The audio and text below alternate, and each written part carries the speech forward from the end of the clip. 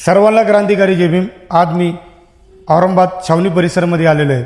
त्या परिसरामध्ये डॉक्टर बाबासाहेब आंबेडकर 1945 1956 या कालावधीमध्ये सलग राहिले नाही. कधी येत होते, कधी जात होते. तर त्याबद्दल दादा माहिती सांगतील. दादा काय? हा जो परिसर आहे याला म्हणलं जातं बंगला नंबर 9. ही आमच्यासाठी एक ऐतिहासिक आणि एक पावनभूमी आहे, ज्या भूमीमध्ये आज आमचं इथं वास्तव्य आहे. आम्ही स्वतःला खरोखरच यासाठी भाग्यवान समजतो की ज्या भूमीमध्ये साधारण 1945 ते 1956 पर्यंत बाबासाहेबांचं वास्तव्य या भूमीला लाभलेलं आहे.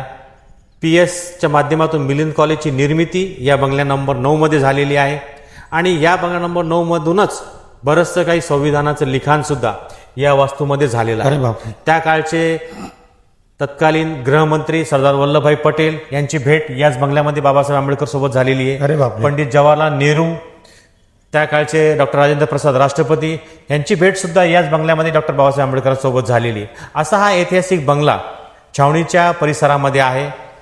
पण एक दुःखाची गोष्ट सांगायची आहे की आमच्या औरंगाबादच्या लोकांना सुद्धा अजून ही कल्पनाच नाही की आपल्या परिसरामध्ये इतकी मोठी वास्तू आज आहे जिथं बाबासाहेबांचं वास्तव्य इतकं वर्ष लाभलेलं होतं आणि ही एक पावनभूमी आहे.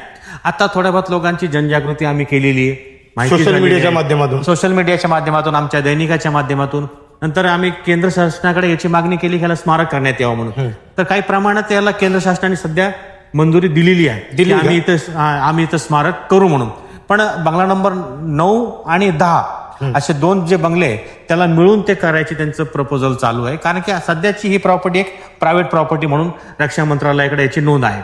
हा एक विशेष भाग झालेला आहे आणि यासाठी निधी पण मंजूर करण्याबाबत डॉक्टर कराड यांनी भूमिका खूप मोठी घेतलेली. त्यांच्या माध्यमातून भरपूर निधी पण भविष्यामध्ये मिळण्याची शक्यता निर्माण झालेली आहे. तरी सुद्धा आज या वास्तूकडे जर बघायला गेलं तर ही वास्तू कधी पडल हे सांगता येत नाही. कारण 150 वर्ष जुनी, 150 वर्ष पूर्ण झालेली आणि ह्याला रिपेअर करायसाठी शासकीय परवानगीची गरज असते.